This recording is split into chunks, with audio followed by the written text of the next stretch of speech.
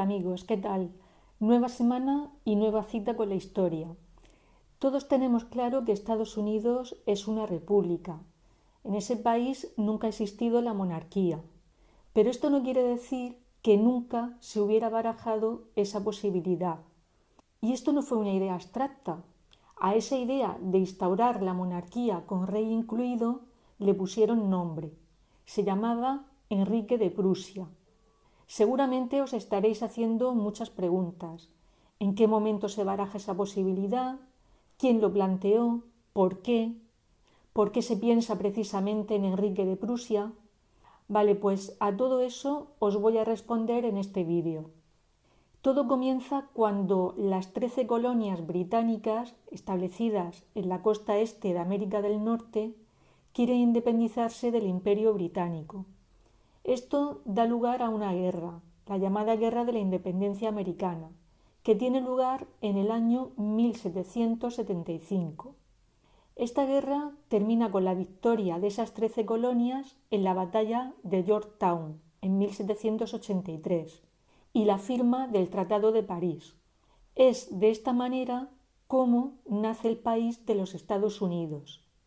Como os habréis dado cuenta, su nombre hace referencia a la unión de esos 13 estados. Y todo el territorio que forma ese país necesita gobernarse de una determinada manera. Una persona llamada Friedrich Wilhelm von Steuben se le ocurrió establecer la monarquía como sistema de gobierno del nuevo país, y fue él quien propuso como candidato a Enrique de Prusia. El nombre del impulsor de esta idea os habrá sonado a alemán, y no estáis equivocados. Pero, ¿qué pinta un prusiano en toda esta historia? Os cuento. Von Steuben fue un mercenario prusiano. En un principio estuvo al servicio del rey inglés Jorge III en la Guerra de la Independencia Americana, pero terminó haciendo lo que muchos otros, cambiarse de bando. Y lo hizo cuando le ofrecieron tierras para quedarse en territorio americano. Sobre esta persona puede decirse que terminó haciendo historia, porque consiguió convertir el ejército de Estados Unidos en una fuerza de combate disciplinada y profesional. De hecho, se le considera uno de los padres del ejército de Estados Unidos. ¿Y por qué pensó precisamente en el príncipe Enrique de Prusia? Pues por la política que el rey de Prusia, Federico el Grande, que era hermano de Enrique, estuvo llevando durante la Guerra de la Independencia de Estados Unidos. Durante dicha guerra, Federico cerró el territorio prusiano al paso de un aliado británico, del ejército del Principado del Sacro Imperio Romano Germánico. Esta maniobra hizo que esas fuerzas militares tuvieran que hacer un viaje realmente tortuoso para poder llegar a un puerto, con el fin de empezar su despliegue en Norteamérica. El resultado de todo esto fue que se produjeron numerosas deserciones. Pero este no fue un caso puntual. Es la política que Federico siguió contra las tropas de otros aliados británicos. ¿Y por qué este odio de Federico hacia los británicos? Pues simplemente los prusianos se la estaban devolviendo.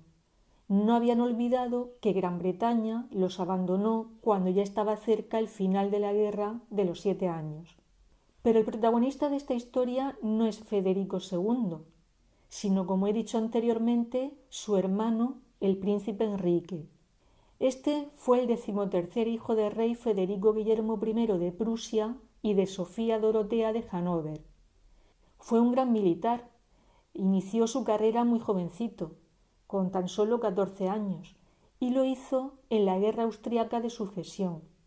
Este hecho fue propiciado por su hermano Federico, al nombrarlo coronel de infantería. De él se dice que nunca perdió una batalla en la Guerra de los 7 años. Su victoria más famosa fue la conseguida en la batalla de Freiberg en 1762.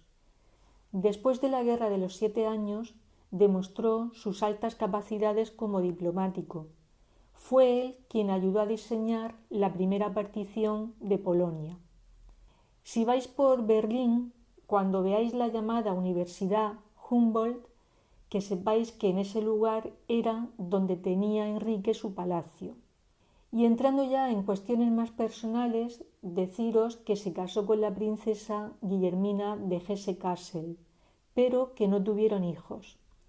Algunos historiadores creen que, al igual que su hermano Federico, era homosexual, y parece ser que no se molestaba demasiado en ocultar su inclinación por otros hombres, porque se supo que tuvo una historia con el actor Blind Bill. Ya conocemos al candidato propuesto por von Steuben, pero ¿a quién dirigió esa propuesta? A un tal Alexander Hamilton, y lo hizo en el año 1786. ¿Y quién era esta persona? Pues fue ayudante de campo de George Washington y formaba parte del grupo de notables que estaban redactando una constitución para el recién creado país. Este hombre era hijo ilegítimo de un escocés y una mujer franco-inglesa. Nació en una isla de las Islas Occidentales. Siendo pequeño murió su madre y su padre le abandonó.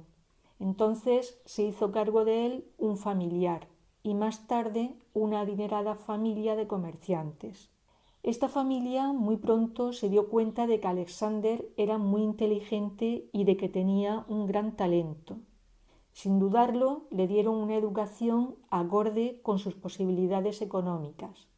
Lo matricularon en Derecho, en lo que hoy es la Universidad de Columbia, y que entonces era el King's College en Nueva York. Alexander Hamilton se involucró activamente en el movimiento prerevolucionario que se vivía en las colonias.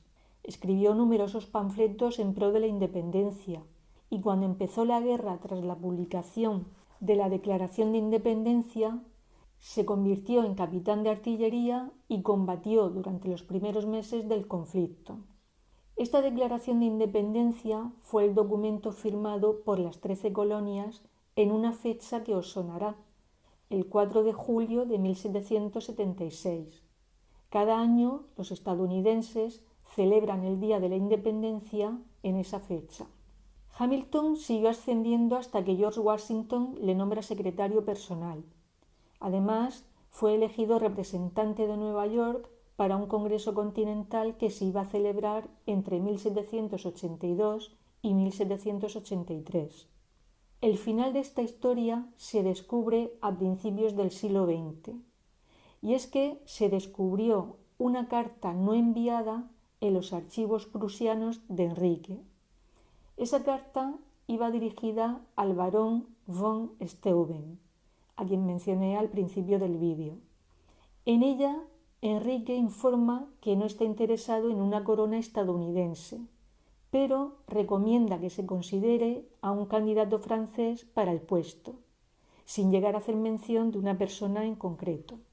La versión popular de la historia dice que Enrique declina la oferta por el hecho de no creer que la opinión pública estadounidense quisiera someterse a un rey.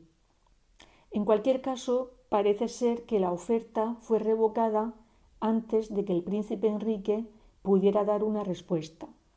Sobre el final de los protagonistas de la historia de hoy, deciros que el príncipe Enrique murió sin llegar a ser rey. Y no me refiero solo a ser rey de Estados Unidos. En 2 ocasiones trató de convertirse en rey de Polonia, pero se opuso su hermano Federico. También fracasó su intento de convertirse en el rey gobernante de un reino de Catalina II de Rusia. Cuando muere su hermano Federico, Enrique esperaba al menos convertirse en la persona más influyente en el gobierno prusiano como asesor de su sobrino, el nuevo rey Federico Guillermo II de Prusia.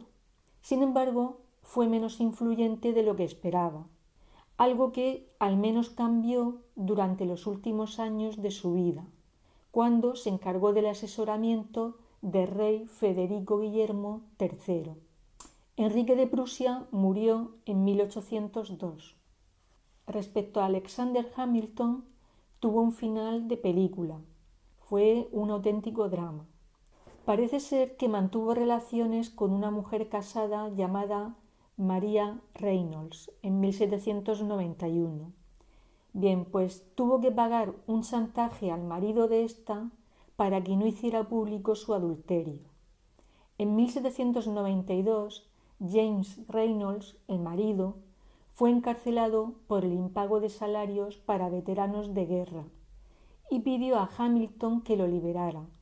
Si no lo hacía, le amenazó con contarlo todo y además le culparía de haber participado en el desvío de fondos. ¿Cómo reaccionó Hamilton ante ese chantaje? Pues publicando el llamado panfleto Reynolds. En ese panfleto explicaba que el chantaje que había sufrido se debía a un adulterio y no a malversaciones del tesoro público. Este fue uno de los primeros escándalos sexuales de los Estados Unidos. Y lo que viene ahora es realmente fuerte. ¿Sabéis cómo murió Alexander Hamilton? Pues murió en duelo frente a un enemigo político. Se retaron en la colina de Weehawken, Nueva Jersey, y lo hicieron en el mismo lugar donde 2 años antes, y aquí viene la traca final, había muerto su hijo. ¿Sabéis cómo? También en duelo. Y bueno, pues ya para terminar lo voy a hacer con 2 curiosidades.